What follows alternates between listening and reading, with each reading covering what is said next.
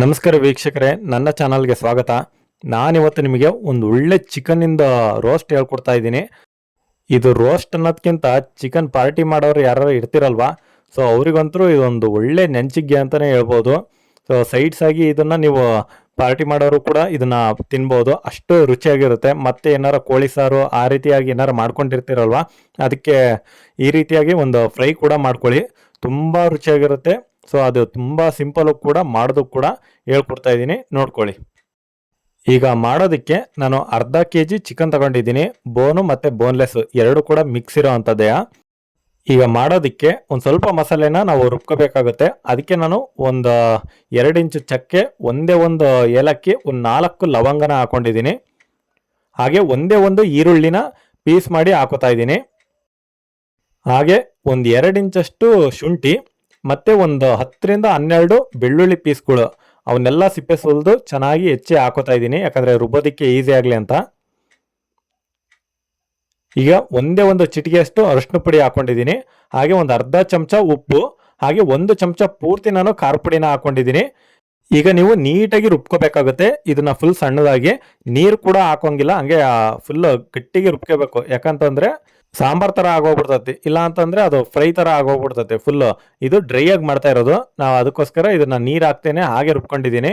ಈಗ ನಾನು ಮಸಾಲೆ ಏನು ರುಬ್ಕೊಂಡಿದ್ನಲ್ವ, ಅದನ್ನ ಚಿಕನ್ನಿಗೆ ಇವಾಗ ನೀಟಾಗಿ ನಾನು ಹಚ್ಬೇಕಾಗುತ್ತೆ. ಪ್ರತಿ ಒಂದೊಂದು ಪೀಸಿಗೂ ಕೂಡ ಅದು ಮೆತ್ತಬೇಕು. ಈಗೆಲ್ಲ ಚೆನ್ನಾಗಿ ಮೆತ್ತಿದ ನಂತರ ನಾವು ಅದನ್ನ ಒಂದು 20 ನಿಮಿಷ ಬಿಡ್ಬೇಕಾಗತ್ತೆ. ಯಾಕಂತಂದ್ರೆ ಆ 20 ನಿಮಿಷ ಬಿಡೋದ್ರಿಂದ ನಾವು ಹಾಕಿರೋಂಥ ಮಸಾಲೆ ಚೆನ್ನಾಗಿ ಪೀಸಿಗೆಲ್ಲ ಅಂಟ್ಕೊಂತತಿ. ಇಲ್ಲ ನಾವು ಫ್ರೈ ಮಾಡಬೇಕಾದ್ರೆ ಮೇಲೆ ಹಾಕಿ ಏನಾದ್ರು ಮಿಕ್ಸ್ ಮಾಡೋಕೆ ಹೋದ್ರೆ ಅದು ಆಗೋದಿಲ್ಲ, ಚೆನ್ನಾಗಿ ಬರೋದಿಲ್ಲ. ಸೊ ಇವಾಗಲೇ ನಾವು ಚೆನ್ನಾಗಿ ಮೆತ್ತಿದ್ರೆ ಅದನ್ನ, ಇವಾಗ ರುಚಿ ಚೆನ್ನಾಗಿ ಬರ್ತೈತಿ. ಈಗ ಒಂದು ಪಾತ್ರೆಗೆ ನಾನು ಒಂದು 2 ಚಮಚ ತುಪ್ಪನ ಹಾಕೊಂತ ಇದ್ದೀನಿ. ಸೊ ಇದು ತುಪ್ಪದಿಂದ ಮಾಡಿದ್ರೆ ಇತ್ತಲ್ಲ, ಒಂದು ಒಳ್ಳೆ ಟೇಸ್ಟ್ ಕೊಡುತ್ತೆ, ಒಳ್ಳೆ ಗೀ ರೋಸ್ಟ್ ಅಂತೀವಲ್ವಾ, ಆ ರೀತಿಯಾಗಿ ಬರುತ್ತೆ. ಈಗ ಚಮಚದಾಗೂ ಕೂಡ ಅಂಟ್ಕೊಂಡತ್ತೆ ಗಟ್ಟಿ ಇರೋದಕ್ಕೆ ತುಪ್ಪ, ಅದಕ್ಕೋಸ್ಕರ ನಾನು ಚಮಚನೂ ಕೂಡ ಕಾವಿಡ್ದು ಯಾಕೆ ವೇಸ್ಟ್ ಮಾಡೋದು ಸುಮ್ಮನೆ ಅಂತ ಆ ರೀತಿ ಮಾಡ್ಕೊಂಡಿನಿ. ಈಗ ನೆಕ್ಸ್ಟ್ ಅದಕ್ಕೆ ಒಂದು 2 ಸ್ಪೂನು ನಾನು ಎಣ್ಣೆನ ಹಾಕೊಂಡಿದ್ದೀನಿ. ನೀವು ತುಪ್ಪ ಇಲ್ಲ ಅಂತಂದ್ರೆ ಬರೀ ಎಣ್ಣೆನಾಗೂ ಮಾಡ್ಬೋದು. ಹಂಗೆ ಸ್ವಲ್ಪ ಗೋಡಂಬಿನ ಹಾಕೊಂಡಿದ್ದೀನಿ, ತುಪ್ಪ ಇದೆಯಲ್ವಾ, ಈ ಗೋಡಂಬಿ ಹಾಕೋದ್ರಿಂದ ಇನ್ನೊಂದು ಸ್ವಲ್ಪ ರುಚಿ ಬರ್ತೈತೆ ಅನ್ನೋ ಕಾರಣಕ್ಕೆ ಈಗ ಗೋಡಂಬಿನ ಹಾಕೊಂಡು ಹುರ್ಕೋತಾ ಇದ್ದೀನಿ. ಗೋಡಂಬಿ ಮತ್ತು ತುಪ್ಪ ಎರಡೂ ಇಲ್ಲ ಅಂತಂದ್ರೆ ಅದನ್ನು ಸ್ಕಿಪ್ ಮಾಡಿಬಿಡಿ, ಡೈರೆಕ್ಟಾಗಿ ಎಣ್ಣೆನ ಹಾಕಿ ಸಾಕು, ನಡೀತತಿ. ಈಗ ನಾವೇನು ಮಸಾಲೆ ಹಚ್ಚಿ ಇಟ್ಟಿದ್ವಲ್ವಾ ಚಿಕನ್, ಅದನ್ನ ಇವಾಗ ಹಾಕೋಬೇಕಾಗತ್ತೆ. ಈಗ 2 ಪೀಸ್ ಹಾಕ್ಯಂತ ಇದ್ದೀನಿ, ಯಾಕಂದರೆ ಸಿಡಿ ಅಂತ ಚಾನ್ಸಸ್ ಇರ್ತದೆ, ಅದಕ್ಕೋಸ್ಕರ ನಾನು ಹಂಗೆ 2 ಪೀಸ್ ಹಾಕ್ಯಂತ ಇದ್ದೀನಿ ನಿಧಾನಕ್ಕೆ, ಒಂದೇ ಸಲ ಹಾಕ್ತಾ ಇಲ್ಲ. ಸೊ ಇವಾಗ ಹಾಕೊಂಡು ಮೇಲೆ ನೆಕ್ಸ್ಟ್ ನೀವು ಇದನ್ನು ಒಂದು ಸ್ವಲ್ಪ ಗುರಾಡ್ಬೇಕು ಅದನ್ನು, ಯಾಕಂದರೆ ತಳ ಹತ್ತಲಿಲ್ಲಂಗೆ ಗುರಾಡಬೇಕು, ಇಲ್ಲಾಂದರೆ ಪೀಸ್ ಎಲ್ಲ ತಳಕ್ಕೆ ಅಂಟ್ಕೊಂಡ್ಬಿಡ್ತಾವೆ. ಅದಕ್ಕೋಸ್ಕರ ನಮ್ಮ ಮುಂಚೆನೇ ಒಂದು ಸ್ವಲ್ಪ ನಿಧಾನಕ್ಕೆ ಗುರಾಡ್ಕೋಬೇಕು. ಈಗ ಒಂದು 2 ನಿಮಿಷ ಚಿಕನ್ ಒಂದು ಸ್ವಲ್ಪ ಬೇಯ ತನಕ ಅದನ್ನು ಬಿಟ್ಬಿಡೋಣ, ಯಾಕಂದರೆ ಚಿಕನ್ನಲ್ಲಿರೋ ಅಂಥ ನೀರಂಶ ಏನಿರುತ್ತಲ್ವ ಅದೇನೇ ಸಾಕು. ಅದಕ್ಕೆ ಯಾವ ನೀರು ಹಾಕಿ ಈ ಥರ ಬೇಸಕ್ಕೆ ಇಡೋದು ಬೇಡ.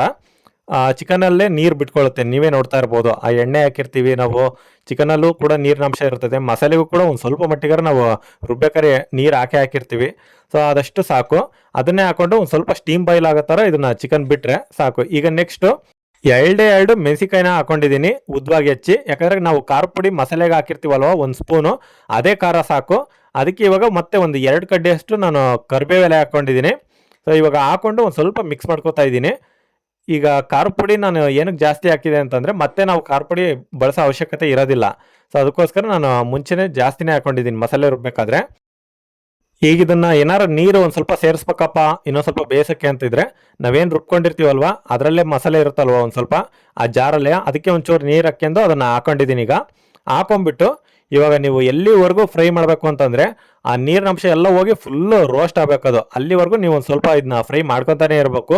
ಮತ್ತು ಪೀಸ್ಗಳು ಕೂಡ ಬೇಯಬೇಕಲ್ವ ಚೆನ್ನಾಗಿ, ಅದಕ್ಕೋಸ್ಕರ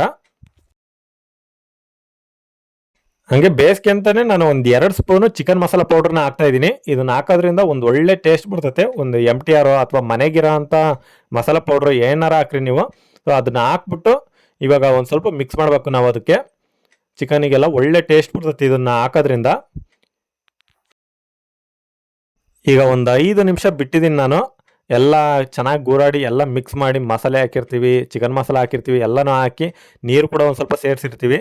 ಸೊ ಒಂದು 5 ನಿಮಿಷ ಪೀಸ್ ಎಲ್ಲ ಬೇಯಬೇಕಲ್ವ, ಅದಕ್ಕೋಸ್ಕರ ಮುಚ್ಚಿಬಿಟ್ಟು ಬೇಯಿಸಿದ್ರೆ ಚೆನ್ನಾಗಿ ಬೇಯ್ತಾವವು. ಹಂಗಾಗಿ ನಾನು ಇವಾಗ ಚೆನ್ನಾಗಿ ಬೇಯಿಸಿದ್ದೀನಿ. ಈಗ ನಾವೇನು ನೀರಿನ ಅಂಶ ಅದು ಇರುತ್ತಲ್ವ ಅದಿದ್ರೂ ಕೂಡ ಪರವಾಗಿಲ್ಲ, ಯಾಕಂತಂದರೆ ಏನಾರು ಅನ್ನದ ಜೊತೆಗೂ ಕೂಡ ಒಂದು ಸ್ವಲ್ಪನಾರು ತಿನ್ನಕ್ಕೆ ಬರ್ತೈತಿ. ಇಲ್ಲ ಫುಲ್ ರೋಸ್ಟ್ ಆಗ್ಬೇಕು ಅಂತಂದರೆ ನೀರು ಹಿಂಗ ತನಕನೂ ನೀವು ಫ್ರೈ ಮಾಡ್ತಾನೆ ಇರ್ರಿ.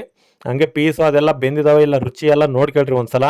ಸೊ ಮತ್ತೆ ಇದಕ್ಕೆ ನೀವು ಉಪ್ಪು ಅದೇನಾರು ಖಾರ ಕಮ್ಮಿ ಆಗಿತ್ತು ಅಂತಂದರೆ ಮತ್ತೆ ಸೇರಿಸ್ಬೋದು ನೀವು. ಈಗ ಕೊನೆಯದಾಗಿ ನಾವು ಒಂದು ಸ್ವಲ್ಪ ಫ್ಲವರ್ ಡೆಕೋರೇಷನ್ ಮಾಡಿದರೆ ಮುಗೀತು. ಫ್ಲವರ್ ಡೆಕೋರೇಷನ್ ಅಂದರೆ ಯಾವುದೋ ಗುಲಾಬಿ ಹೂವು ಸುಗಂಧರಾಜನೂ ಅಲ್ಲ, ಈ ಕೊತ್ತಂಬರಿನ ಹಾಕಿ ಒಂದು ಸ್ವಲ್ಪ ಮಿಕ್ಸ್ ಮಾಡಿಬಿಟ್ರೆ ಡೆಕೋರೇಷನ್ ಥರ ಅಲ್ಲಿಗೆ ಮುಗೀತು ಅಂತಾನೆ. ಸೊ ಇವಾಗ ನೀರೆಲ್ಲ ಇಂಕೆಂತ ಐತೆ, ಹಂಗೆ ಒಂದು ಸ್ವಲ್ಪ ಡ್ರೈ ಆಗ್ತಾ ಐತಿದು. ಹಿಂಗೆ ಒಂದು ಸ್ವಲ್ಪ ರೋಸ್ಟ್ ಮಾಡಿಬಿಟ್ರೆ ಮುಗೀತು ಅಲ್ಲಿಗೆ. ಈಗ ನನ್ನ ರೆಸಿಪಿ ಹೆಂಗೈತೆ ಅಂತ ಒಂದು ಸಲ ನೀವು ಕೂಡ ಮಾಡ್ಕೊಂಡು ನೋಡಿ. ಅದರಲ್ಲೂ ಪಾರ್ಟಿ ಮಾಡೋರು ಅದೇ ಜೀರಾ ಸೋಡಾ ಅದ್ರ ಜೊತೆ ಏನಾದ್ರು ತಿನ್ನೋರಿದ್ರೆ ಅರ್ಥ ಆಯ್ತು ಅನ್ಸುತ್ತೆ. ಇದನ್ನು ಖಂಡಿತವಾಗ್ಲೂ ಒಂದ್ಸಲ ಟ್ರೈ ಮಾಡಿ, ಇಷ್ಟ ಆಗೇ ಆಕತಿ. ಸೊ ಈಗ ಯಾರ್ಯಾರಿಗೂ ಈ ರೆಸಿಪಿ ಎಲ್ಲ ಇಷ್ಟ ಆಗಿತ್ತು ನನ್ನ ಚಾನಲ್ಗೆ ಸಬ್ಸ್ಕ್ರೈಬ್ ಆಗ್ರಿ. ಇದೇ ಥರ ಚಿಕನ್ನಾಗೆ ಆಗಲಿ ಯಾವ್ದಾರ ಆಗಲಿ ಒಳ್ಳೊಳ್ಳೆ ರೆಸಿಪಿಗಳನ್ನ ಹೇಳ್ಕೊಡ್ತಾ ಇರ್ತೀನಿ. ಸೊ ನೋಡಿದ ಎಲ್ಲರಿಗೂ ಕೂಡ ನನ್ನ ಧನ್ಯವಾದಗಳು. Thanks for watching.